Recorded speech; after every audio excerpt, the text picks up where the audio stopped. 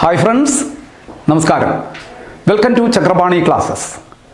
നിങ്ങൾക്കറിയാം, കഴിഞ്ഞ ക്ലാസ്സിൽ നമ്മുടെ ഇന്ത്യൻ ഭരണഘടനയുമായി ബന്ധപ്പെട്ട ഏറ്റവും പ്രധാനപ്പെട്ട ടോപ്പിക്കായിരുന്നു നമ്മൾ ഡിസ്കസ് ചെയ്തുകൊണ്ടിരുന്നത്. അതായത് പൗരൻ്റെ അവകാശങ്ങൾ, മൗലികാവകാശങ്ങൾ. അതിൽ ഒന്നാം ഭാഗത്ത് നമ്മൾ മൗലികാവകാശങ്ങളുമായി ബന്ധപ്പെട്ട പ്രാഥമിക വിവരങ്ങളായിരുന്നു അന്ന് ആ ക്ലാസ്സിൽ ഡിസ്കസ് ചെയ്തത്. ഇനി നമ്മൾ അതിൻ്റെ രണ്ടാം ഭാഗത്തേക്ക് കിടക്കുകയാണ്. രണ്ടാം ഭാഗത്ത് നമ്മൾ ചർച്ച ചെയ്യുന്നത് മൗലികാവകാശങ്ങൾ ഏതൊക്കെയാണെന്ന് ആദ്യം ഒന്ന് വിശകലനം ചെയ്യുന്നു. എന്നിട്ട് അതിലെ രണ്ട് മൗലികാവകാശങ്ങൾ വളരെ വിസ്തരിച്ച് ഈ ക്ലാസ്സിൽ നമ്മൾ ചർച്ച ചെയ്യുന്നു. അതാണ് ഈ രണ്ടാം ഭാഗം കൊണ്ട് ഉദ്ദേശിക്കുന്നത്. അപ്പോൾ ആദ്യം നമ്മൾ എന്ത് ചെയ്യുന്നു? മൗലികാവകാശങ്ങൾ എത്രയുണ്ട് എന്ന് നമ്മൾ പഠിച്ചു കഴിഞ്ഞു. 6 മൗലികാവകാശങ്ങൾ ഏതൊക്കെയാണ് എന്നൊന്ന് പരിചയപ്പെട്ടതിന് ശേഷം ഓരോന്നും നമുക്ക് വിശദമായി പഠിക്കാവുന്നതാണ്. നോക്കാം. ഒന്നാമതായി മൗലികാവകാശങ്ങൾ. ആദ്യത്തത് സമത്വത്തിനുള്ള അവകാശം. ഓർത്തുകൊള്ളുക, എന്താണ്? റൈറ്റ് ടു ഇക്വാലിറ്റി, സമത്വത്തിനുള്ള അവകാശം. അതിൻ്റെ വകുപ്പുകൾ കൂടി പഠിച്ചു പോയാൽ നന്നായിരിക്കും. വകുപ്പ് 14 മുതൽ 18 വരെ. 14 മുതൽ 18 വരെയാണ് സമത്വത്തിനുള്ള അവകാശം. രണ്ടാമത്തെ നോക്കൂ, സ്വാതന്ത്ര്യത്തിനുള്ള അവകാശം. സ്വാതന്ത്ര്യത്തിനുള്ള അവകാശം ഏത് മുതൽ ഏതുവരെയാണ്? 18 കഴിഞ്ഞാൽ എല്ലാവർക്കും അറിയാം 19 ആണെന്ന്. നമ്മൾ സാധാരണ പറയുന്നത് 19 മുതൽ 22 വരെ എന്ന് പറയും. തെറ്റല്ല. പക്ഷേ അവിടെ ഒരു ആശയക്കുഴപ്പമുണ്ട്. 19 മുതൽ 20 വരെ, 22 വരെ, 19 മുതൽ 22 വരെ എന്ന് പറയുമ്പോൾ നമ്മൾ എങ്ങനെ എണ്ണും? 19, 20, 21, 22 ഇങ്ങനെയല്ലേ നമ്മൾ എണ്ണുള്ളൂ. ഇടയ്ക്കുള്ള ഒരെണ്ണം പോകും. ഇടയ്ക്ക് കൂട്ടിച്ചേർത്ത ഒരെണ്ണം ഞാൻ ആദ്യ ക്ലാസ്സിൽ പറഞ്ഞല്ലോ, 21A, അത് നഷ്ടമാകും. അതുകൊണ്ട് നിങ്ങൾ പഠിക്കേണ്ടത് വകുപ്പ് 19 മുതൽ 21A ആൻഡ് 22 വരെ എന്ന് പഠിച്ചാൽ ആ അപകടം മാറിക്കിട്ടും. 19 മുതൽ 21A ആൻഡ് 22 വരെ. അപ്പോൾ തീർച്ചയായിട്ടും ഈ 21A നമുക്ക് മിസ്സാവില്ല. 19 മുതൽ 22 വരെ എന്ന് പറഞ്ഞാലും ശരി തന്നെയാണെങ്കിൽ പോലും 19, 20, 21, 22 നമ്മൾ അങ്ങനെ പറഞ്ഞു പോകും. ഇത് ഒഴിവാക്കപ്പെടും. അതിനേക്കാൾ ഏറ്റവും നല്ലത് 19 മുതൽ 21A ആൻഡ് 22. ക്ലിയർ ആയല്ലോ? ഇനി മൂന്നാമത്തെ മൗലികാവകാശം എന്താണ്? ചൂഷണത്തിനെതിരെ ഉള്ള അവകാശം. എന്താണ്? ചൂഷണത്തിന് എതിരെയുള്ള അവകാശം. ചൂഷണത്തിനെതിരെ ഏതാണ്? 2 വകുപ്പുകൾ, 23ഉം 24. 2 വകുപ്പുകളാണ് അവിടെ വരുന്നത്, 23ഉം 24. ചൂഷണത്തിനെതിരെയുള്ള അവകാശം. റൈറ്റ് എഗൻസ്റ്റ് എക്സ്പ്ലോയിറ്റേഷൻ എന്നാണ് കേട്ടോ.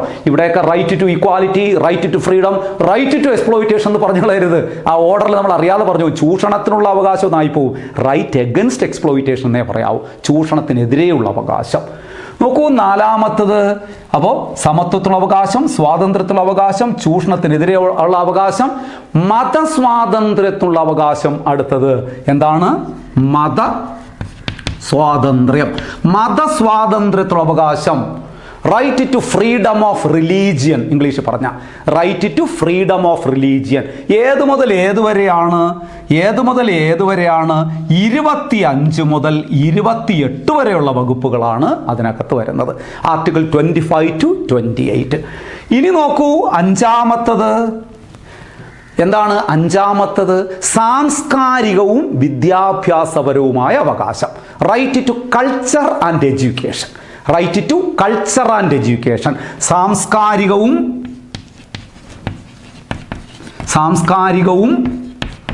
വിദ്യാഭ്യാസപരവുമായ അവകാശം. അങ്ങനെ ഓർമ്മിച്ചാൽ മതി. സാംസ്കാരികവും വിദ്യാഭ്യാസപരവുമായ അവകാശം. 2 വകുപ്പുകൾ. 28 കഴിഞ്ഞാൽ എത്രയാണ്? 29ഉം 30ഉം. 2 വകുപ്പുകളെ അവിടെ ഉള്ളൂ, 29ഉം 30ഉം. ഇനി ഒന്നുകൂടിയല്ലേ ഉള്ളൂ, 6 അല്ലേ ഉള്ളത്. ഇപ്പം 5 നമ്മൾ പറഞ്ഞു കഴിഞ്ഞു. 6ാമത്തേതാണ്? അതായത് ഭരണഘടനാപരമായ പരിഹാരത്തിനുള്ള അവകാശം. ഭരണഘടനാപരമായ പ്രതിവിധിക്കുള്ള അവകാശമെന്നോ പരിഹാരത്തിനുള്ള അവകാശമെന്നോ പറയാം. ഇംഗ്ലീഷിൽ റൈറ്റ് ടു കോൺസ്റ്റിറ്റ്യൂഷണൽ റെമഡി എന്ന് പറയാം. Right to constitutional remedy. അപ്പോൾ 6ാമത്തേതാണ്? ഭരണഘടനാപരമായ പരിഹാരത്തിനുള്ള അവകാശം. ഏത് വകുപ്പാണ്? 30 കഴിഞ്ഞ് 31 പറയരുത്. എന്തുകൊണ്ട്? 31 ഒഴിവാക്കി നമ്മൾ നേരത്തെ പറഞ്ഞു. 31 ഇപ്പം സൈലന്റ് ആണ്, അത് പറയരുത്. 30 കഴിഞ്ഞാൽ ഇനി എന്ത് പറയും? 32. ഒരൊറ്റ വകുപ്പേ ഇവിടെ ഉള്ളൂ, 32ാം വകുപ്പ്. 32ാം വകുപ്പ് ഇത് ആദ്യം ഒന്ന് മനസ്സിലുണ്ടാകണം. പൗരന്റെ അവകാശങ്ങൾ ഏതൊക്കെയാണ്? മൗലിക അവകാശങ്ങൾ ഏതൊക്കെയാണ്? 6 എണ്ണം. സമത്വത്തിനുള്ള അവകാശം, സ്വാതന്ത്ര്യത്തിനുള്ള അവകാശം, ചൂഷണത്തിനെതിരെയുള്ള അവകാശം, മതസ്വാതന്ത്ര്യത്തിനുള്ള അവകാശം, സാംസ്കാരികവും വിദ്യാഭ്യാസപരമായ അവകാശം, ഭരണഘടനാപരമായ പരിഹാരത്തിനുള്ള അവകാശം. ക്ലിയർ ആവുന്നുണ്ടല്ലോ? അപ്പോൾ 6 സ്വാതന്ത്ര്യങ്ങൾ എന്തൊക്കെയാണ് എന്ന് നമ്മൾ വിശകലനം ചെയ്തു. ഇങ്ങനെ പഠിച്ചാൽ പോരാ, ഓരോന്നിനെ കുറിച്ചും പഠിക്കാൻ പോവുകയാണ് നമ്മൾ. അപ്പോൾ ആദ്യം നമ്മൾ എന്ത് പഠിക്കും? ഒന്നാമത്തത് സമത്വത്തിനുള്ള അവകാശം. ഇനി നമ്മൾ അതൊന്ന് വിശകലനം ചെയ്ത് തന്നെ പോകണം, കാരണം ഒരു മാർക്കൊക്കെ അവിടെ ഒളിഞ്ഞു കിടപ്പുണ്ട്. ഈ മേഖലയിൽ തീർച്ചയായിട്ടും ചോദ്യങ്ങൾ വരും. ഭരണഘടനാ വകുപ്പുകൾ പഠിച്ചു തന്നെ പോകണം നിങ്ങൾ. അപ്പോൾ സമത്വത്തിനുള്ള അവകാശം ഏതൊക്കെയാണ് വകുപ്പുകൾ? 14, 15, 16, 17, 18. നോക്കൂ, 5 വകുപ്പുകൾ ഇവിടെ വരും സമത്വത്തിനുള്ള അവകാശത്തിൽ. ഇപ്പം പഠിക്കാം, ഒന്ന് മനസ്സ് വെച്ചാൽ ഇപ്പോൾ ഈ ക്ലാസ് കണ്ടുകൊണ്ടിരിക്കുന്നവർ ഈ നിമിഷം ഇവിടെ വെച്ച് തന്നെ പഠിച്ചിരിക്കുക, എനിക്ക് ഉറപ്പുണ്ട്. കാരണം ഇത് പരീക്ഷയ്ക്ക് വേണ്ടി മാത്രമല്ല, ഇത് എൻ്റെയും നിങ്ങളുടെ അവകാശങ്ങളാണ്, നമ്മൾ അറിഞ്ഞിരിക്കേണ്ടതാണ്. ഈ അവകാശങ്ങൾ അറിയാതെ വരുമ്പോഴാണ് നമ്മൾ ചൂഷണങ്ങൾക്ക് വിധേയരാകുന്നത്. തീർച്ചയായിട്ടും അതുകൊണ്ട് ഞാൻ ആദ്യ ക്ലാസ്സിൽ തന്നെ പറഞ്ഞു, പരീക്ഷാ വിജയത്തിന് മാത്രമല്ല ഇത് ഉപകരിക്കുന്നത്, നമ്മുടെ ജീവിത വിജയത്തിന് കൂടി ഇത് അത്യന്താപേക്ഷിതമാണ് ഈ അറിവുകൾ. അതുകൊണ്ട് നന്നായി പഠിക്കുക.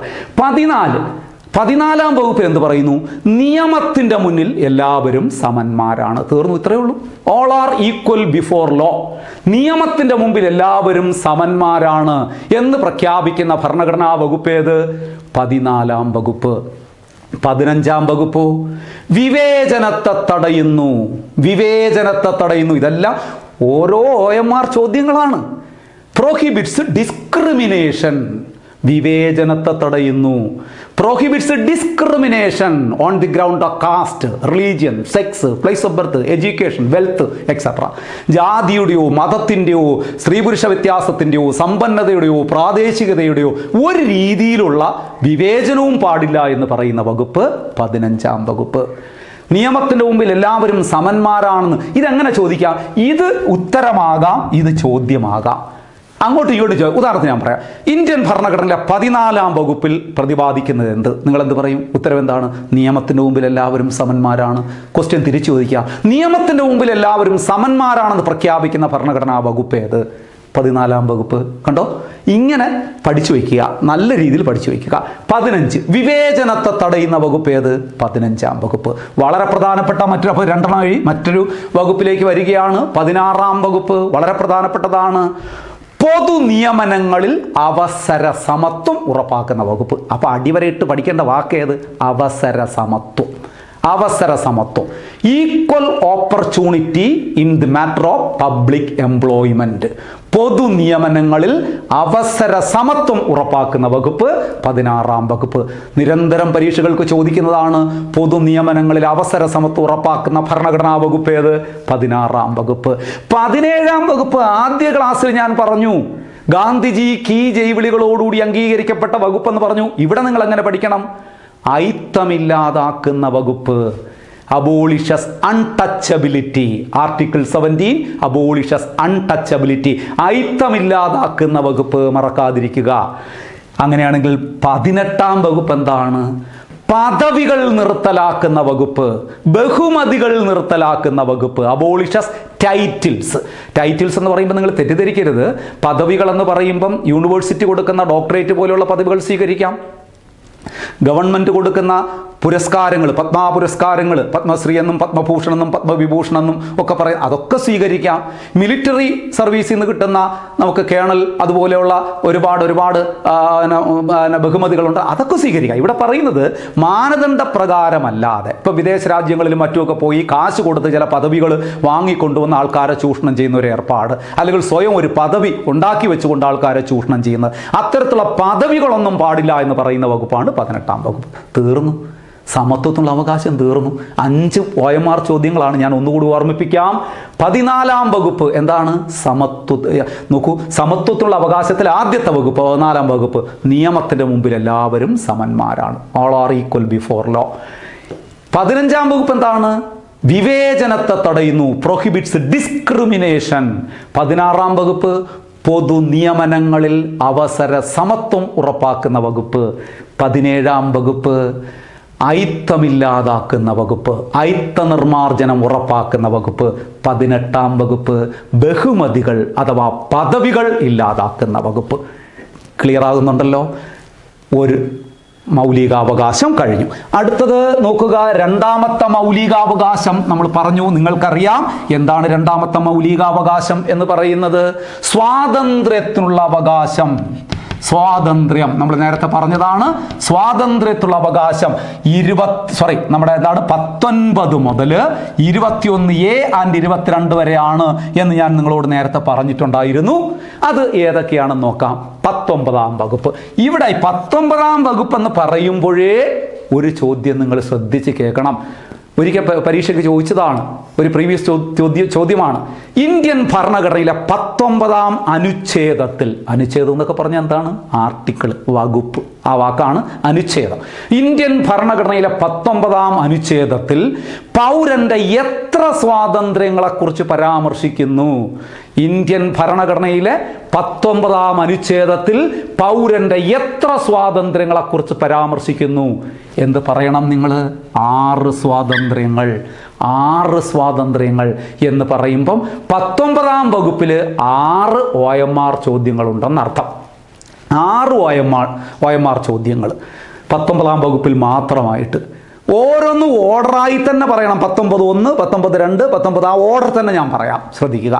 19(1) ആദ്യ ക്ലാസ്സിൽ ഞാൻ ചെറുതായിട്ടൊന്ന് പരാമർശിച്ചു. എന്താണ്? പത്രസ്വാതന്ത്ര്യത്തെക്കുറിച്ച് പരാമർശിക്കുന്ന വകുപ്പെന്ന് പറഞ്ഞു. അത് നമ്മൾ അങ്ങനെ വ്യാഖ്യാനിച്ചതാണ്. പക്ഷേ ഇവിടെ പറയുന്നത് എന്താണെന്ന് അറിയാമോ? 19(1) അഭിപ്രായ പ്രകടനത്തിലുള്ള സ്വാതന്ത്ര്യം അഥവാ സംസാര സ്വാതന്ത്ര്യം. അതായത് നമുക്ക് ആരുടെ മുമ്പിലും തല ഉയർത്തിപ്പിടിച്ചു നിന്നുകൊണ്ട് നമ്മുടെ അഭിപ്രായം, നമ്മുടെ നിലപാട്, നമ്മുടെ ബോധ്യം എന്താണെന്ന് ഉറക്കെ വിളിച്ചു പറയാൻ ഇന്ത്യൻ ഭരണഘടന എനിക്കും നിങ്ങൾക്കും അവകാശം തന്നിട്ടുണ്ട്. ഇതാണ് നമുക്ക് പലർക്കും അറിഞ്ഞുകൂടാത്തത്. പറയേണ്ടതുപോലെ പറയേണ്ട സമയത്ത് നമ്മൾ പറയാറില്ല. അതുകൊണ്ട് പലപ്പോഴും നമ്മൾ പരാജയപ്പെടാറുണ്ട്, പല നഷ്ടങ്ങളും നമുക്ക് നേരിടാറുണ്ട്. ഇത് പഠിക്കുമ്പോഴെങ്കിലും നമ്മൾ ഓർക്കുക, ഇന്ത്യൻ ഭരണഘടന പൗരൻ അനുവദിച്ചു തന്നിരിക്കുന്ന ഒരു അവകാശമാണ് അഭിപ്രായ പ്രകടനത്തിലുള്ള സ്വാതന്ത്ര്യം. നമ്മളൊരു അഭിപ്രായം പറഞ്ഞു കഴിഞ്ഞാൽ ആർക്കും ചോദിക്കാൻ അവകാശമില്ല നീ ഇതെന്തിനു പറഞ്ഞു എന്ന്. നമ്മൾ പറയുന്നത് ശരിയോ തെറ്റോ ആയിക്കോട്ടെ, അത് രണ്ടാമത്തെ കാര്യം. പറയാനുള്ള അവകാശം നമുക്കുണ്ട്. എൻ്റെ ശരി ഇതാണ്, എൻ്റെ ബോധ്യം ഇതാണ് എന്ന് ഉറക്കെ വിളിച്ച് പറയാൻ എനിക്ക് ഭരണഘടന അവകാശം തന്നിട്ടുണ്ട്. അതുകൊണ്ട് സുഹൃത്തുക്കളെ, ഞാൻ നിങ്ങളോട് പറയുന്നു, നിങ്ങൾ സധൈര്യം തല ഉയർത്തിപ്പിടിച്ച് ഓരോ വസ്തുനിഷ്ഠമായിട്ട് ഓരോ കാര്യങ്ങൾ നിങ്ങളുടേതായ ബോധ്യം തുറന്നു തന്നെ പറഞ്ഞോളൂ. ആരുടെ മുമ്പിലും ആരും നിങ്ങളോട് ചോദിക്കില്ല നീ ഇതെന്തിനു പറഞ്ഞു എന്ന്. അഥവാ ആരെങ്കിലും നിങ്ങളോട് നീ ഇതെന്തിനു പറഞ്ഞു എന്ന് ചോദിച്ചാൽ ഒറ്റ മറുപടി മാത്രം അവരോട് പറയുക, 19-ാം വകുപ്പ് എന്ന് മാത്രം പറഞ്ഞാൽ മതി. ഭരണഘടനയുടെ 19-ാം വകുപ്പ് വിവരമുള്ളവർ വായിച്ചു നോക്കട്ടെ. അതിലെന്താ പറഞ്ഞിരിക്കുന്നത് അപ്പോഴറിയാം. 19(1) എന്താ പറഞ്ഞിരിക്കുന്നത്? അഭിപ്രായ പ്രകടനത്തിലുള്ള സ്വാതന്ത്ര്യം. 19(1) ഞാൻ പറഞ്ഞത്. അങ്ങനെയാണെങ്കിൽ രണ്ടാമത്തത് എന്താണ്? 19(2) ശ്രദ്ധിച്ച് കേൾക്കുക. ആയുധങ്ങൾ കൂടാതെ സമാധാനപരമായി ഒത്തുചേരാനുള്ള സ്വാതന്ത്ര്യം. ശ്രദ്ധിച്ച് കേൾക്കണം. ആദ്യം പറഞ്ഞ freedom to speech or expression. ഇപ്പം പറയുന്നത് freedom to assemble peacefully without arms. ആയുധങ്ങൾ കൂടാതെ സമാധാനപരമായി ഒത്തുചേരാനുള്ള സ്വാതന്ത്ര്യം. അവിടെ കണ്ടീഷൻ ശ്രദ്ധിക്കണേ. നമുക്കൊരു സ്ഥലത്ത് ഒരുമിച്ച്, നിങ്ങൾ കുറേ പേര് ഒരു സ്ഥലത്ത് ഒരുമിച്ച് കൂടി നിന്നു എന്ന് പറഞ്ഞ് ഭരണഘടനാ വിരുദ്ധതയൊന്നുമില്ല അവിടെ. പക്ഷേ കണ്ടീഷൻ എന്താണ്? കൂടി നിൽക്കുന്ന ആൾക്കാരുടെ കയ്യിൽ ആയുധങ്ങളാണ്. വെട്ടുകത്തി, കത്താള്, കുറുതടി, പാര, ഇങ്ങനെയൊക്കെ ആയിട്ട് ഒരു കൂട്ടം ആൾക്കാർ കൂടി നിൽക്കുകയാണ്. ഭരണഘടനാ വിരുദ്ധമാണത്. ഇനി ആയുധങ്ങളൊന്നും ഇല്ലാന്ന് തന്നെ വിചാരിച്ചോളുക. ഒരു രാഷ്ട്രീയ സംഘടന നടന്ന സ്ഥലത്ത് അല്ലെങ്കിൽ കമ്മ്യൂണൽ പ്രോബ്ലം ഉണ്ടായൊരു സ്ഥലത്ത് കുറേ ആൾക്കാർ പോയി കൂടി നിൽക്കുന്നു. ആ അന്തരീക്ഷം സമാധാനപരമല്ല. അപ്പം അതും നമുക്ക് അനുവദിക്കാൻ പറ്റുന്നതല്ല. മറിച്ച് നിങ്ങൾ നോക്കൂ, നമ്മുടെ റിലീജിയസ് ആയിട്ടുള്ള, കൾച്ചറൽ ആയിട്ടുള്ള എന്തെല്ലാം ഒത്തുചേരൽ നമ്മൾ നടത്തുന്നു. ഓണാഘോഷം വരുന്നു, നമ്മൾ ഘോഷയാത്ര നടത്തുന്നില്ലേ? അതുപോലെ തന്നെ ക്രിസ്മസ് ഫെസ്റ്റിവലോടനുബന്ധിച്ച് ഘോഷയാത്ര നടത്തുന്നില്ലേ? നബിദിന ഘോഷയാത്രകൾ നടത്തുന്നില്ലേ? അത്തരത്തിലുള്ള റിലീജിയസ് ആയിട്ടുള്ള, കൾച്ചറൽ ആയിട്ടുള്ള ഒത്തുചേരലുകൾക്കൊന്നും ഭരണഘടന തടസ്സപ്പെടുത്തുന്നില്ല. പക്ഷേ ആയുധങ്ങൾ കൂടാതെ സമാധാനപരമായി ഒത്തുചേരാനുള്ള അവകാശമാണ് 19(2) പറയുന്നത്. 19(3) എന്താ പറയുന്നത്? 19(3) സംഘടനകൾക്ക് രൂപം നൽകാനുള്ള സ്വാതന്ത്ര്യം, freedom to organise associations or unions. സംഘടനകൾക്ക് രൂപം നൽകാനുള്ള സ്വാതന്ത്ര്യമാണ് 19(3) പറയുന്നതെങ്കിൽ 19(4) എന്താണ്? നോക്കൂ, 3 നമ്മൾ പഠിച്ചു കഴിഞ്ഞു. 19(4) എന്താ പറയുന്നത്? രാജ്യത്തിൻ്റെ അതിർത്തിക്കുള്ളിൽ എവിടെയും സഞ്ചരിക്കാനുള്ള സ്വാതന്ത്ര്യം. ചുരുക്കി പറഞ്ഞ സഞ്ചാര സ്വാതന്ത്ര്യം. സഞ്ചാര സ്വാതന്ത്ര്യം, രാജ്യത്തിൻ്റെ അതിർത്തിക്കുള്ളിൽ സഞ്ചരിക്കാനുള്ള സ്വാതന്ത്ര്യം. Freedom to travel to any place within the territory of our nation. നിങ്ങൾക്ക് തമിഴ്നാട്ടിൽ പോകണോ? പോകാം. വെസ്റ്റ് ബംഗാളിൽ പോകണോ? പോകാം. ത്രിപുരയിൽ പോകണോ? പോകാം. ജമ്മു കാശ്മീരിൽ മാത്രം ചില നിയന്ത്രണങ്ങൾ നേരത്തെ ഉണ്ടായിരുന്നു. ജമ്മു കാശ്മീർ എന്ന സംസ്ഥാനം മാറിയതിന് ശേഷം, ഇല്ലാതായതിനു ശേഷം, അത് കേന്ദ്രഭരണ പ്രദേശങ്ങളായി മാറിയ ശേഷം അത്തരം നിയമങ്ങൾ പോലും മാറി വരികയാണ്. അപ്പോൾ സഞ്ചാര സ്വാതന്ത്ര്യം, രാജ്യത്തിൻ്റെ അതിർത്തിക്കുള്ളിൽ എവിടെയും സഞ്ചരിക്കാനുള്ള സ്വാതന്ത്ര്യം നൽകുന്നത് ഭരണഘടനയിലെ 19(3) 19(4) എന്താണ് നമ്മൾ പറഞ്ഞത്? ഇതെന്താണ്? 19(1) എന്താണ്? അഭിപ്രായ പ്രകടനത്തിലുള്ള സ്വാതന്ത്ര്യം. 2, ആയുധങ്ങൾ കൂടാതെ സമാധാനപരമായി ഒത്തുചേരാനുള്ള സ്വാതന്ത്ര്യം. 19(3) സംഘടനകൾക്ക് രൂപം നൽകാനുള്ള സ്വാതന്ത്ര്യം. 19(4) രാജ്യത്തിൻ്റെ അതിർത്തിക്കുള്ളിൽ എവിടെയും സഞ്ചരിക്കാനുള്ള സ്വാതന്ത്ര്യം. 19(5) രാജ്യത്തിൻ്റെ അതിർത്തിക്കുള്ളിൽ എവിടെയും താമസിക്കാനും സ്ഥിരവാസമുറപ്പിക്കാനുമുള്ള സ്വാതന്ത്ര്യം. Freedom to reside or permanently settle in any place within the territory of our nation. രാജ്യത്തിൻ്റെ അതിർത്തിക്കുള്ളിൽ എവിടെയും താമസിക്കാനും സ്ഥിരവാസമുറപ്പിക്കാനുമുള്ള സ്വാതന്ത്ര്യം. നിങ്ങൾ ഇപ്പോൾ ഉദാഹരണത്തിന് നിങ്ങൾ താമസിക്കുന്നത് തിരുവനന്തപുരത്താണെന്ന് വിചാരിക്കുക. ആ തിരുവനന്തപുരത്ത് ഉള്ള സ്ഥലം വിട്ടിട്ട് നിങ്ങൾ വേറെ ഏതെങ്കിലും ഒരു സ്റ്റേറ്റിൽ, ഇപ്പം തമിഴ്നാട് പോവുകയാണ്. തമിഴ്നാട് പോയി അവിടെ കുറേ സ്ഥലമൊക്കെ വാങ്ങിച്ച് അവിടെ ഒരു വീടൊക്കെ വെച്ച്, അല്ലെങ്കിൽ ഒരു വീട് വാങ്ങിച്ച് അവിടെ സ്ഥിരതാമസമാക്കുന്നു. ആർക്കാ ചോദിക്കാൻ അവകാശമുള്ളത്? അത് നിങ്ങളുടെ ഇഷ്ടം. അല്ലെങ്കിൽ അവിടെ നിന്ന് നിങ്ങൾ പോയി ആസാമിൽ പോയി അവിടെ ഒരു വീട് വാങ്ങിച്ച് താമസിക്കുന്നു. ആ സ്വാതന്ത്ര്യമുണ്ട്, ആർക്കും നിങ്ങളെ തടയാനാവില്ല. രാജ്യത്തിൻ്റെ അതിർത്തിക്കുള്ളിൽ എവിടെയും താമസിക്കാനും സ്ഥിരവാസം ഉറപ്പിക്കാനുള്ള സ്വാതന്ത്ര്യം. Freedom to reside or permanently settle in any place within the territory of our nation. നോക്കൂ, ഇനി ഒരെണ്ണം കൂടെയല്ലേ ഉള്ളൂ, 6. 19(6) എന്താ പറയുന്നത്? ഏത് തൊഴിൽ ചെയ്യാനുമുള്ള സ്വാതന്ത്ര്യം. Freedom to choose any profession or occupation. ഏത് തൊഴിൽ ചെയ്യാനുമുള്ള സ്വാതന്ത്ര്യം 19(6) പറയുന്നു. അപ്പോൾ ഭരണഘടനയിലെ 19-ാം വകുപ്പിലെ 6 സ്വാതന്ത്ര്യങ്ങളെക്കുറിച്ചാണ് നമ്മളിവിടെ വിശകലനം ചെയ്തത്. 19(6) 6 സ്വാതന്ത്ര്യങ്ങളാണ് പറയുന്നത്. ആ 6 സ്വാതന്ത്ര്യങ്ങളും ഞാൻ ഒന്നുകൂടി പെട്ടെന്നൊന്ന് പറയാം, പഠിച്ചു പോകണം നിങ്ങൾ. 19(1) അഭിപ്രായ പ്രകടനത്തിലുള്ള സ്വാതന്ത്ര്യം. 19(2) ആയുധങ്ങൾ കൂടാതെ സമാധാനപരമായി ഒത്തുചേരാനുള്ള സ്വാതന്ത്ര്യം. 19(3) സംഘടനകൾക്ക് രൂപം നൽകാനുള്ള സ്വാതന്ത്ര്യം. 19(4) രാജ്യാതിർത്തിക്കുള്ളിൽ എവിടെയും സഞ്ചരിക്കാനുള്ള സ്വാതന്ത്ര്യം. 19(5) രാജ്യാതിർത്തിക്കുള്ളിൽ എവിടെയും താമസിക്കാനും സ്ഥിരവാസം ഉറപ്പിക്കാനുള്ള സ്വാതന്ത്ര്യം. 19(6) ഏത് തൊഴിൽ ചെയ്യാനുമുള്ള സ്വാതന്ത്ര്യം. ക്ലിയർ ആയിട്ടുണ്ടാവുമെന്ന് വിശ്വസിക്കുന്നു. ഒരു വകുപ്പേ ആയുള്ളൂ, ഇനിയും കിടപ്പുണ്ട് വകുപ്പുകൾ. ഇത് ക്ലിയർ ആയിട്ടുണ്ടാവുമെന്ന് വിശ്വസിക്കുന്നു. 19-ാം വകുപ്പ് 1 മാർക്കാണ്. ഇതൊക്കെ പഠിച്ചു പോവുക. ഇനി നമുക്ക് 19 കഴിഞ്ഞാൽ അടുത്തത് എന്താ നമുക്ക് ഉള്ളത്? 20-ാം വകുപ്പ്. 19 കഴിഞ്ഞാൽ അടുത്ത വരുന്ന 20. 20-ലും പറയുന്നുണ്ട് 3 വ്യക്തിയാധിഷ്ഠിത സ്വാതന്ത്ര്യങ്ങൾ.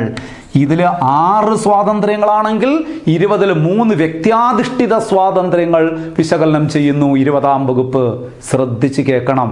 ആദ്യം പറയുന്നത്, ആദ്യ വകുപ്പ് പറയുന്ന ആദ്യത്തെ 20-ൽ ആദ്യം പറയുന്നത് എന്താണെന്നറിയാമോ? അതായത് നിയമം ലംഘിക്കാത്ത ആരും കുറ്റവാളിയാകുന്നില്ല. നോക്കൂ, നിയമം ലംഘിക്കാത്ത ആരും കുറ്റവാളിയാകുന്നില്ല. No person shall be convicted of any offense except the violation of law. Clear ആവുന്നുണ്ടല്ലോ? No person shall be convicted of any offense except the violation of law. നിയമം ലംഘിക്കാത്ത ആരും കുറ്റവാളിയാകുന്നില്ല എന്ന് പറഞ്ഞാൽ അർത്ഥം എന്താണ്? നിയമപരമായി ജീവിക്കാനുള്ള സ്വാതന്ത്ര്യം. നമ്മളതിനൊന്ന് തിരിച്ചു പറഞ്ഞു എന്നേ ഉള്ളൂ. നിയമപരമായി ജീവിക്കാനുള്ള സ്വാതന്ത്ര്യം ഉണ്ട്. ഒരു വ്യക്തിക്ക് നിയമം ലംഘിക്കാത്തിടത്തോളം കാലം അയാൾ കുറ്റവാളിയേ അല്ല. ക്ലിയർ ആകുന്നുണ്ടല്ലോ. 20 അടുത്ത പറയുന്നതാണ് ഏറ്റവും പ്രധാനപ്പെട്ട കാര്യം. ഏറ്റവും പ്രധാനപ്പെട്ടത്, ഒരു കുറ്റത്തിന് ഒന്നിലധികം ശിക്ഷ പാടില്ല.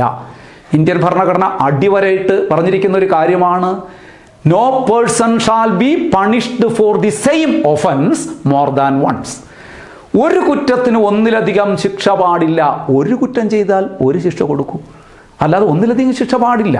നമ്മൾ പലപ്പോഴും ചില കോടതികളിലൊക്കെ ചില ജഡ്ജിമാരുടെയൊക്കെ വിധി പ്രസ്താവം കേൾക്കുമ്പോൾ നമുക്കൊരു ആശയക്കുഴപ്പം വരും.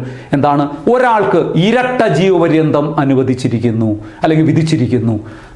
നമുക്ക് സംശയം തോന്നും, അതെന്താ 2 ശിക്ഷയല്ലേ, ഇരട്ട ജീവപര്യന്തം? ഞാൻ ഒരു വ്യക്തിക്കെന്നല്ല പറഞ്ഞത്, ഒരു കുറ്റത്തിനാണ്. ആ വ്യക്തി ഒരുപാട് കുറ്റങ്ങൾ ചെയ്തിട്ടുണ്ടായിരിക്കും. അയാളുടെ പേരുള്ള കുറ്റങ്ങൾ വിശകലനം ചെയ്തപ്പോൾ പിടിച്ചുപറി, മോഷണം, ഭവനഭേദനം, ആയുധം കൊണ്ട് നടക്കൽ, തെളിവ് നശിപ്പിക്കൽ, ഗൂഢാലോചന, കൊലപാതകം, ഇങ്ങനെ നീണ്ടുപോകുന്നു. അങ്ങനെയാണെങ്കിൽ ഓരോ കുറ്റത്തിനും ഓരോ ശിക്ഷയുണ്ട്. ഒരു കുറ്റത്തിനാണ്, ഒരു വ്യക്തിക്കെന്നല്ല ഞാൻ പറഞ്ഞത്. അയാളുടെ ശിക്ഷ അനുഭവിക്കണമെങ്കിൽ ഇനിയും ചിലപ്പോൾ ഒരു ജന്മം കൂടി വേണ്ടി വരും. അതുകൊണ്ടാണ് കോടതി തലയ്ക്കൊഴിഞ്ഞ് 2 ജീവപര്യന്തം, ഇരട്ട ജീവപര്യന്തം, അതും ഒരു കാലയളവിൽ അനുഭവിച്ചാൽ മതി എന്നൊക്കെ പറഞ്ഞുകൊണ്ട് കൊടുക്കുന്നത്. അപ്പോൾ ഒരു കുറ്റത്തിന് ഒരു ശിക്ഷയെ പാടുള്ളൂ. ഒരു കുറ്റത്തിന് 2 ശിക്ഷ അല്ലെങ്കിൽ ഒന്നിലധികം ശിക്ഷ പാടില്ല എന്ന് പറയുന്നത് ഇന്ത്യൻ ഭരണഘടനയിലെ ഇന്ത്യൻ ഭരണഘടനയിലെ 20-ാം വകുപ്പിൽ പറയുന്ന ഒരു കാര്യമാണ്. അപ്പോൾ 20-ാം വകുപ്പിൽ 2 കാര്യങ്ങളാണ് നമ്മൾ പറഞ്ഞത്. വ്യക്തിയാധിഷ്ഠിത സ്വാതന്ത്ര്യങ്ങൾ ഒന്ന് ഞാൻ പറഞ്ഞു, എന്താണ്, നിയമം ലംഘിക്കാത്തയാരും കുറ്റവാളിയാകുന്നില്ല. രണ്ടാമത്തത് എന്താണ്, ഒരു കുറ്റത്തിന് ഒന്നിലധികം ശിക്ഷ പാടില്ല. അത് അടിവരയിട്ട് പഠിക്കേണ്ട കാര്യമാണ്. ഒരു കുറ്റം ചെയ്താൽ ഒരു ശിക്ഷയെ പാടുള്ളൂ. അത് നിർബന്ധമായിട്ടും പാലിക്കപ്പെടേണ്ടതാണ്. ഒരു കുറ്റം ചെയ്ത് ഒരു ശിക്ഷ, അതേ ഉള്ളൂ. ഒന്നിലധികം ശിക്ഷ പാടില്ല. ഇനി നോക്കാം, നമുക്ക് 3-ാമത്തെ കാര്യം എന്താണെന്ന് നോക്കാം. അതായത് ഒരാളെ നിർബന്ധിച്ച് അയാൾക്കെതിരെ സാക്ഷി പറയിക്കാൻ പാടില്ല. No person shall be compelled to be witness against himself. ഒരാളെ നിർബന്ധിച്ച് അയാൾക്കെതിരെ സാക്ഷി പറയിക്കാൻ പാടില്ല. ഇതെപ്പോഴാണ് സംഭവിക്കുന്നത്? നമുക്കറിയാം, പല കേസുകളുമായി ബന്ധപ്പെട്ട് ഈ പോലീസുകാരൊക്കെ ചിലപ്പം കട്ടവനെ കണ്ടില്ലെങ്കിൽ കണ്ടവനെ പിടിക്കുക എന്നൊരു നയം നമ്മൾ ഇങ്ങനെ പറയാറുണ്ടല്ലോ. ഒരു നിരപരാധിയെ പിടിച്ച് മാരകമായി മർദ്ദിക്കുമ്പോൾ അവൻ ചെയ്യാത്ത കുറ്റമൊക്കെ അങ്ങ് സമ്മതിക്കുകയാണ്. ഈ കുറ്റമൊക്കെ ചെയ്തത് ഞാനാണേ എന്ന് അവൻ വിളിച്ച് പറയുകയാണ്. എന്തിനാവൻ വിളിച്ച് പറയുന്നത്? ഈ മർദ്ദനം സഹിക്കവയ്യാതെ, ഈ പോലീസിൻ്റെ മർദ്ദനം സഹിക്കവയ്യാത്തൊരു സാഹചര്യത്തിലാണ് ചെയ്യാത്ത കുറ്റം അവൻ സമ്മതിക്കുന്നത്. നോക്കൂ, അപ്പോൾ ഇവിടെ സംഭവിച്ചത് എന്താണ്? അവനെ കൊണ്ട് നിർബന്ധിച്ച് ഒരു കുറ്റം സമ്മതിപ്പിക്കുന്നു. തികച്ചും ഭരണഘടനാ വിരുദ്ധമാണ്. ഇന്ത്യൻ ഭരണഘടനയിലെ 20-ാം വകുപ്പിൽ എടുത്തു പറഞ്ഞിട്ടുണ്ട്, no person shall be compelled to be witness against himself. ഒരാളെ നിർബന്ധിച്ച് അയാൾക്കെതിരെ സാക്ഷി പറയിപ്പിക്കാൻ പാടില്ല. അപ്പോൾ 20-ലെ 3 കാര്യങ്ങൾ ഒന്ന് ഓർത്തു വയ്ക്കുക. 20-ലെ 3 കാര്യങ്ങൾ എന്തൊക്കെയാണ്? ഒന്ന്, നിയമം ലംഘിക്കാത്തയാരും കുറ്റവാളിയാകുന്നില്ല. 2, ഒരു കുറ്റത്തിന് ഒന്നിലധികം ശിക്ഷ പാടില്ല. 3, ഒരാളെ നിർബന്ധിച്ച് അയാൾക്കെതിരെ സാക്ഷി പറയിക്കാൻ പാടില്ല. ക്ലിയർ ആയോ? അപ്പം 19-ആയി 20-ആയി. ഇനി എളുപ്പമാണ്. ഇനിയെല്ലാം ഓരോന്നേ ഉള്ളൂ. ഇനി 21 നമ്മൾ പറഞ്ഞു കഴിഞ്ഞു നേരത്തെ. മൗലികാവകാശങ്ങളുടെ അടിത്തറ എന്നറിയപ്പെടുന്ന വകുപ്പാണ് 21. എന്താ 21-ൽ പറയുന്നത്? 21-ൽ പറയുന്നത് എന്താണ്? ശ്രദ്ധിച്ച് കേൾക്കുക. ജീവിക്കാനുള്ള അവകാശം, ജീവനും സ്വത്തിനും സംരക്ഷണം നൽകുന്ന അവകാശം, ജീവനും സ്വാതന്ത്ര്യത്തിനും അവകാശം നൽകുന്ന ആ സ്വാതന്ത്ര്യമാണ്, ആ അവകാശമാണ് 21. ജീവിക്കാനുള്ള അവകാശം. ഇതിൽ അപ്പുറം വലിയൊരു മൗലികാവകാശമില്ല. അതുകൊണ്ടാണ് 21-ാം വകുപ്പിനെ മൗലികാവകാശങ്ങളുടെ അടിത്തറ, ഫൗണ്ടേഷൻ ഓഫ് ഫണ്ടമെന്റൽ റൈറ്റ്സ് എന്നറിയപ്പെടുന്നത്. Which article is considered as foundation of fundamental rights. മൗലികാവകാശങ്ങളുടെ അടിത്തറ എന്നറിയപ്പെടുന്നത്. ഇവിടെയാണ്, നിങ്ങൾ ഓർക്കുക, ഞാൻ ആദ്യ ക്ലാസ്സിൽ പറഞ്ഞതാണ്, ഇവിടെയാണ് നമുക്കൊരു ആശയക്കുഴപ്പം ഉണ്ടാകുന്നത്. 21-ാം വകുപ്പും 32-ാം വകുപ്പും കൂടി. 32-ാം വകുപ്പിൻ്റെ ഒരു വിശേഷണമുണ്ട്. വിശേഷണങ്ങളും കൊണ്ടും മാറിപ്പോകരുത്. 32-ാം വകുപ്പിനെ ഭരണഘടനയുടെ ഹൃദയവും ആത്മാവും എന്ന് വിശേഷിപ്പിക്കപ്പെടുന്നു. ഇന്ത്യൻ ഭരണഘടനയുടെ ഹൃദയവും ആത്മാവും എന്ന് വിശേഷിപ്പിക്കപ്പെടുന്ന വകുപ്പാണ് 32-ാം വകുപ്പ്. ഡോക്ടർ BR അംബേദ്കറാണ് അങ്ങനെ വിശേഷിപ്പിച്ചത്. 21-ാം വകുപ്പ് മൗലികാവകാശം, നോക്കൂ, അതായത് മൗലികാവകാശങ്ങളുടെ അടിത്തറ എന്നറിയപ്പെടുന്ന വകുപ്പാണ് 21-ാം വകുപ്പ് എന്ന് ഓർക്കുക. അപ്പോൾ 21 ആയി. ഇനി ഇടയ്ക്ക് കൂട്ടിച്ചേർക്കപ്പെട്ട ഒരു വകുപ്പിനെ കുറിച്ച് നമ്മൾ പറഞ്ഞല്ലോ, 21A നിങ്ങൾക്ക് എല്ലാവർക്കും അറിയാം, ഞാൻ ആദ്യ ക്ലാസ്സിൽ പറഞ്ഞതാണ്. 21A എന്ന് പറയുന്നത് എന്താണ്? 6നും 14 ഇടയ്ക്ക് പ്രായമുള്ള കുട്ടികൾക്ക് നിർബന്ധിതവും സൗജന്യമായി വിദ്യാഭ്യാസം ഉറപ്പാക്കുന്ന വകുപ്പാണ്. Article 21A guarantees free and compulsory education to the children between the age of 6 and 14 years. 6നും 14 ഇടയ്ക്ക് പ്രായമുള്ള കുട്ടികളുടെ വിദ്യാഭ്യാസത്തെ ഒറ്റവാക്കിൽ നമുക്ക് എന്ത് പറയാം? പ്രാഥമിക വിദ്യാഭ്യാസം, പ്രൈമറി എഡ്യൂക്കേഷൻ അല്ലെങ്കിൽ എലിമെൻ്ററി എഡ്യൂക്കേഷൻ എന്നൊക്കെ പറയാം. അപ്പം പ്രാഥമിക വിദ്യാഭ്യാസത്തെ മൗലികാവകാശമാക്കി മാറ്റിയ ഭരണഘടനാ വകുപ്പ് ഏത്? 21A എന്ന വകുപ്പ്. പ്രാഥമിക വിദ്യാഭ്യാസം മൗലികാവകാശമാക്കി മാറ്റിയ ഭരണഘടനാ ഭേദഗതി ഏത്? അത് നമ്മൾ പറയാം 86ാം ഭരണഘടനാ ഭേദഗതി 2002. കാരണം 86ാം ഭേദഗതിയിലൂടെയാണ് 21A ഇത് 21A എന്ന വകുപ്പ് ഇന്ത്യൻ ഭരണഘടനയിൽ ഉൾപ്പെടുത്തിയത്. 21A എന്ന വകുപ്പ് ഇന്ത്യൻ ഭരണഘടനയിൽ ഉൾപ്പെടുത്തിയ ഭേദഗതി ഏതാണ്? 86ാം ഭേദഗതി. ഏത് വർഷം? 2002. 21A എന്താ പറയുന്നത്? പ്രാഥമിക വിദ്യാഭ്യാസം മൗലികാവകാശമാക്കി മാറ്റി. അല്ലെങ്കിൽ 6നും 14 ഇടയ്ക്ക് പ്രായമുള്ള കുട്ടികളുടെ വിദ്യാഭ്യാസം നിർബന്ധിതവും സൗജന്യവുമാക്കി മാറ്റി എന്ന് ഓർക്കുക. വളരെ പ്രധാനപ്പെട്ട ഒരു ടോപ്പിക്കാണ് ഇത്, ഈ ഒരു ആർട്ടിക്കിളാണ് ഇത് എന്ന് മറക്കാതിരിക്കുക. അപ്പോൾ ഇനി ഒന്നുകൂടി ഇവിടെ ഉള്ളൂ, 22ാം വകുപ്പ്. എന്താണ് 22ാം വകുപ്പ് എന്ന് പറഞ്ഞു കഴിഞ്ഞാൽ വളരെ ശ്രദ്ധിക്കുക. അതായത് ഒരാളെ അറസ്റ്റ് ചെയ്യുകയോ തടങ്കലിൽ പാർപ്പിക്കുകയോ ചെയ്താൽ അതിൻ്റെ കാരണം അയാളെ ബോധിപ്പിച്ചിരിക്കണം.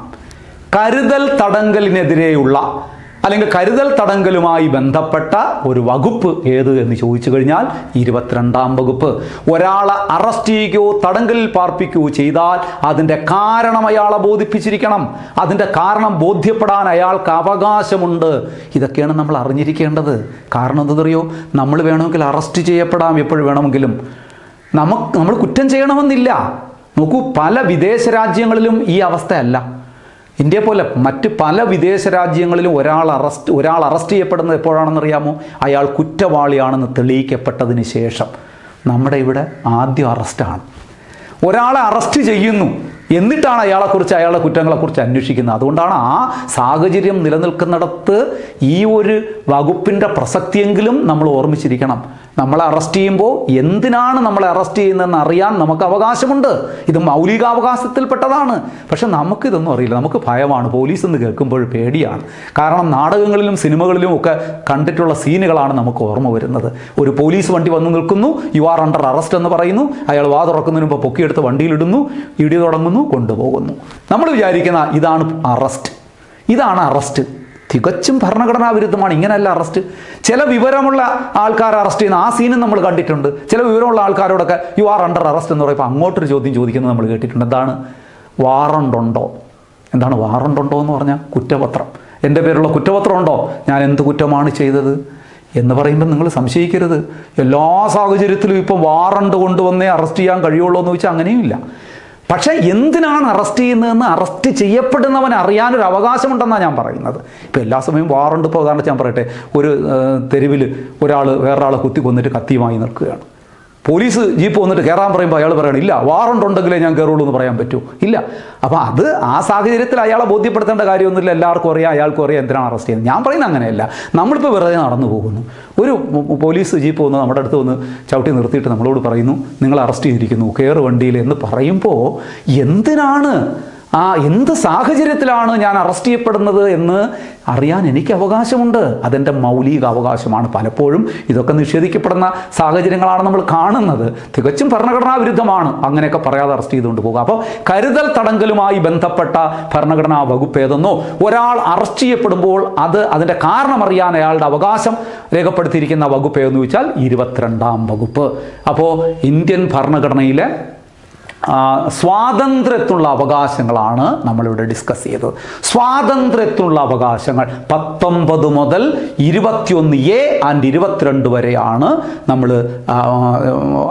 അതിനകത്ത് പഠിക്കേണ്ടത്. ഓർക്കുക, സമത്വത്തിലുള്ള അവകാശം നമ്മൾ നേരത്തെ പറഞ്ഞു 14 മുതൽ 18 വരെ. ഇനി അത് ചേർത്തൊന്ന് പറഞ്ഞാൽ നന്നായിരിക്കും. എന്തൊക്കെയാണ് നമ്മൾ പറഞ്ഞത്? 14 നിയമത്തിൻ്റെ മുമ്പിൽ എല്ലാവരും സമന്മാരാണ്. 15 വിവേചനത്തെ തടയുന്നു. 16 പൊതു നിയമനങ്ങളിൽ അവസര സമത്വം ഉറപ്പാക്കുന്നു. 17 എന്താ പറയുന്ന അയിത്തം ഇല്ലാതാക്കുന്നു. 18 എന്താണ് ടൈറ്റിൽസ് അഥവാ പദവികൾ ഇല്ലാതാക്കുന്നു. 19 6 ഉണ്ടെന്ന് പറഞ്ഞു. 19 6 ഏതാണ്? 1 നമ്മൾ പറഞ്ഞു. 19 നമ്മൾ എന്താ പറഞ്ഞത്? അഭിപ്രായ പ്രകടനത്തിലുള്ള സ്വാതന്ത്ര്യം. അവിടെയാണ് പത്രസ്വാതന്ത്ര്യം എന്നൊക്കെ നമ്മൾ വിശേഷിപ്പിച്ചത്. 19 ആയുധങ്ങൾ കൂടാതെ സമാധാനപരമായി ഒത്തുചേരാനുള്ള സ്വാതന്ത്ര്യം. 19 സംഘടനകൾക്ക് രൂപം നൽകാനുള്ള സ്വാതന്ത്ര്യം. 19 രാജ്യത്തിൻ്റെ അതിർത്തിക്കുള്ളിൽ എവിടെയും സഞ്ചരിക്കാനുള്ള സ്വാതന്ത്ര്യം. 19 രാജ്യത്തിൻ്റെ അതിർത്തിക്കുള്ളിൽ എവിടെയും താമസിക്കാനും സ്ഥിരവാസം ഉറപ്പിക്കാനുള്ള സ്വാതന്ത്ര്യം. 19 ഏത് തൊഴിൽ ചെയ്യാനുമുള്ള സ്വാതന്ത്ര്യം. ബാക്കിയുള്ള എല്ലാം നമ്മൾ വിശകലനം ചെയ്തതാണ്. അപ്പോൾ ഈ രണ്ടാമത്തെ വളരെ പ്രധാനപ്പെട്ട ഒരു സ്വാതന്ത്ര്യം നിങ്ങൾക്ക് മനസ്സിലായിട്ടുണ്ടാവുമെന്ന് വിശ്വസിക്കുന്നു. ഇനി നമ്മൾ അടുത്ത ക്ലാസ്സിൽ ഇതിൻ്റെ മറ്റു പാർട്ടിലേക്ക് കടക്കാം. Thank you so much.